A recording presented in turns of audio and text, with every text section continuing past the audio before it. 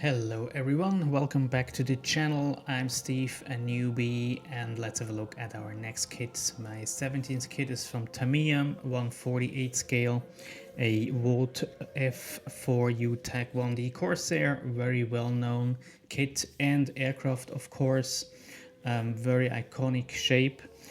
So I really liked that Gulf wing shape to build in folded wing configuration. I omitted the tractor for this build and the pilot, the figures, but the rest, yeah, pretty much well fit and went nicely together. Out of the box build, except for the masks for the canopy provided by Kit Masks, as always. So enjoy this build. To start off this kit, I used sub-assemblies of the different parts, the cockpit, fuselage, wings, and then I did use a primer on top of it. For some parts I used black colors, and for the others I used one-shot primer in grey.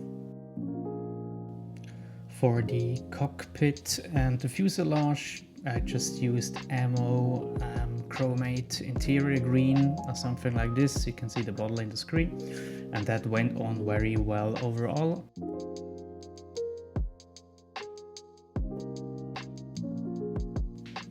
As the Ammo Solution Book magazine calls it out, how to paint World War II US Navy late aircraft for some lovely black and brown washes. So I did that on all the parts, as you can see, and yeah, very easy job, and it makes for some great contrast, right, for the recessed parts.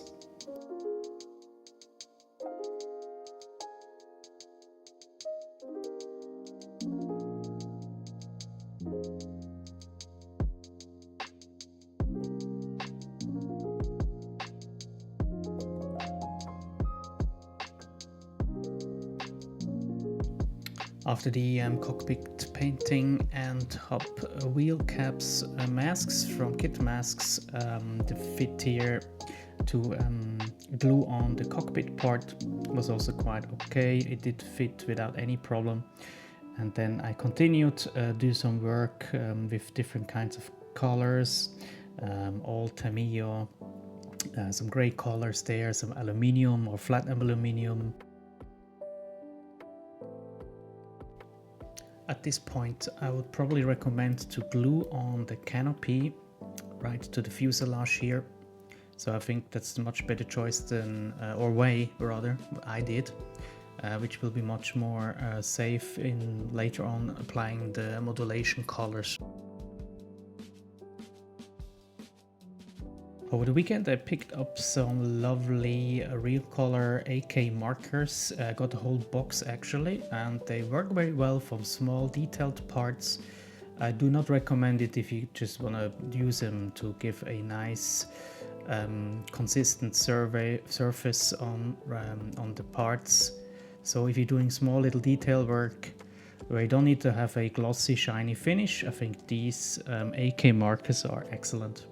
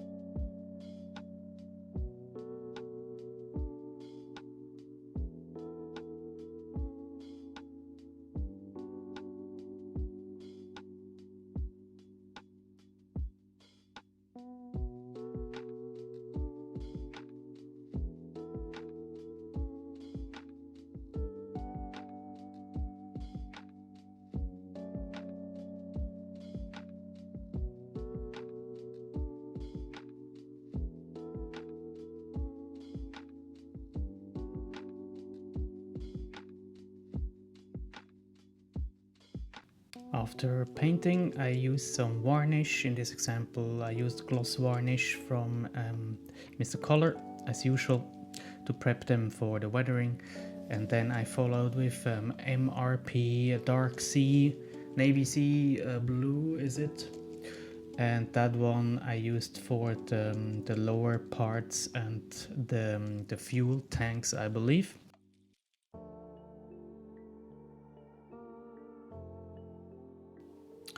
After the grey one-shot primer, I used a black dark simple pre-shade color over the panel lines, so that one is quite an easy job.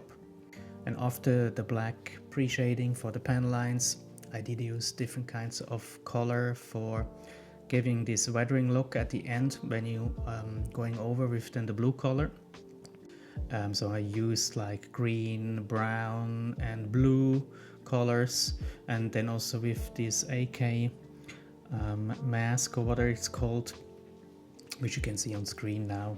And yeah, so the effect works very well, but you have to be really careful that with the color modulation you're not going over the top and not going too thick, right? Otherwise you will not see that effect then very well anymore.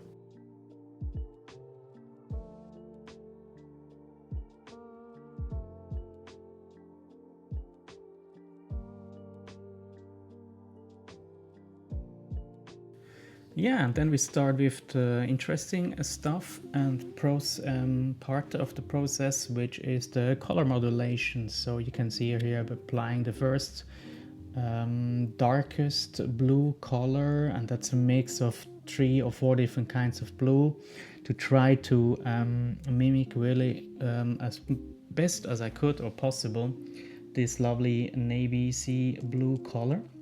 The one I used from MRP here is way too dark, and so I had to resort back to TAMIYA, and I didn't have the spray can color, right? And the spray can color is not available in the little jars which you can buy, at least here in this country where I live. So yeah, I didn't have the AS8 navy color from TAMIYA, so I just had to pre-mix it. But nevertheless, so it just mixed it up a bit, and that looked very nice. And then for the other colors, or the lighter shade of colors, I used lighter blues and a bit of white. And so at the end of the day, I think I had 3 or 4 colors.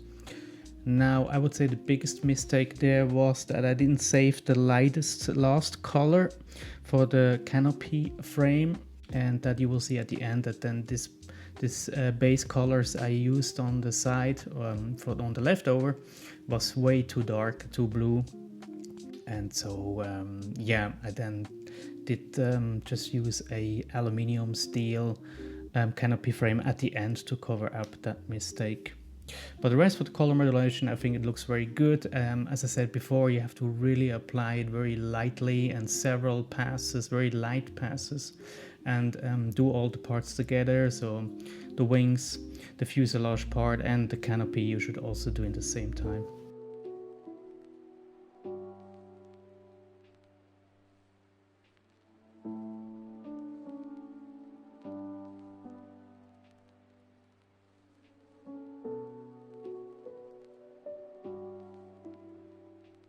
Alright, and then for the canopy, I did use these masks. They did fit very well, had no issues.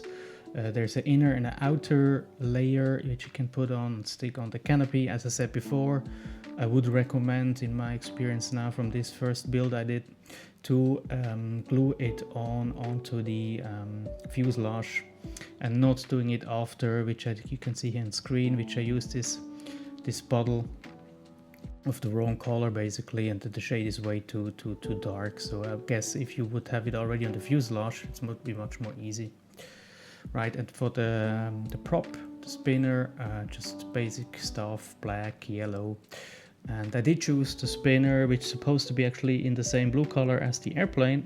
However, I did it in the silver. I think that looked kind of cool. And also I did redo the finish, and then with the gloss color, or with the gloss varnish on top, right? Prepping it for the weathering. And then decals, another story. TAMIYA decals in this kit were very thick, I mean very thick. I believe other scale modelers probably have a similar opinion on Tamiya decals. I think many times I read them on the YouTube, Facebook that they're quite thick, and it's true also for this specific kit here. They were very thick, so I would probably next time just use a mask and then spray it on for the insignias, the roundel there and the numbers. Yeah, but besides this, I mean, Tamiya decals, easy, you can't go really wrong. It just needed several passes of the decal softener liquid, yeah.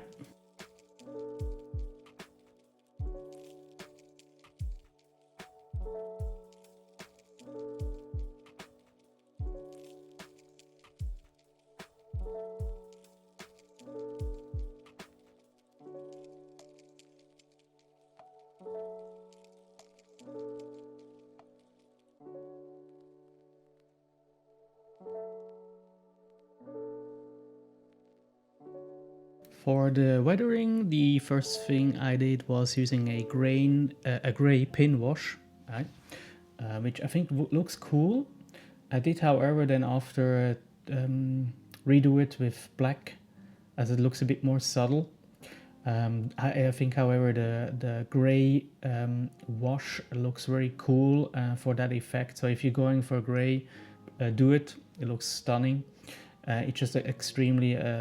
It's just a bit of, for the contrast, a bit too much, I believe, for my specific airplane I did with the color modulation. I think the black looked a bit more subtle, and the gray looks very good if you want to do a very weathered airplane or wash.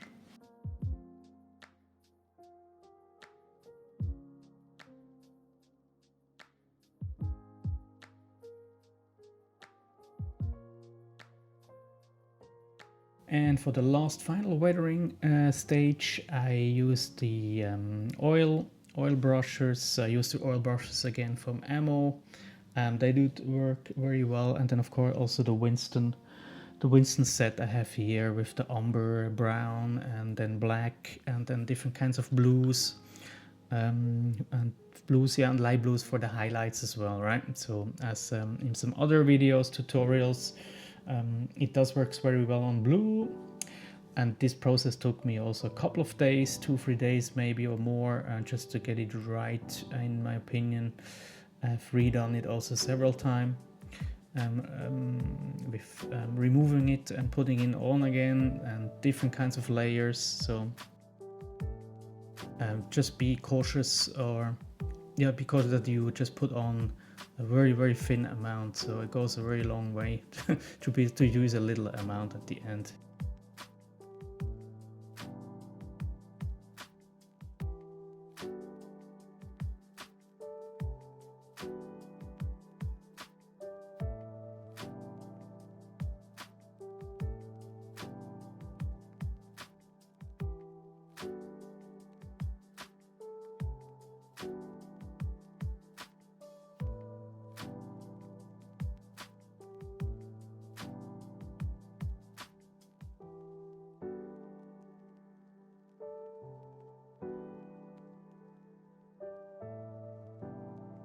Yeah, so the Canopy masks works very well. Unfortunately, it was the wrong color. So I did redo this whole process again and used from another kit I had the identical mask. And just redo the canopy with this silver color. Didn't make any recording, so I guess in the final shots you can see it's self-explanatory. And here at the end, just assemble it completely with the fuselage, putting it together in this folded wing configuration, and you will be all golden.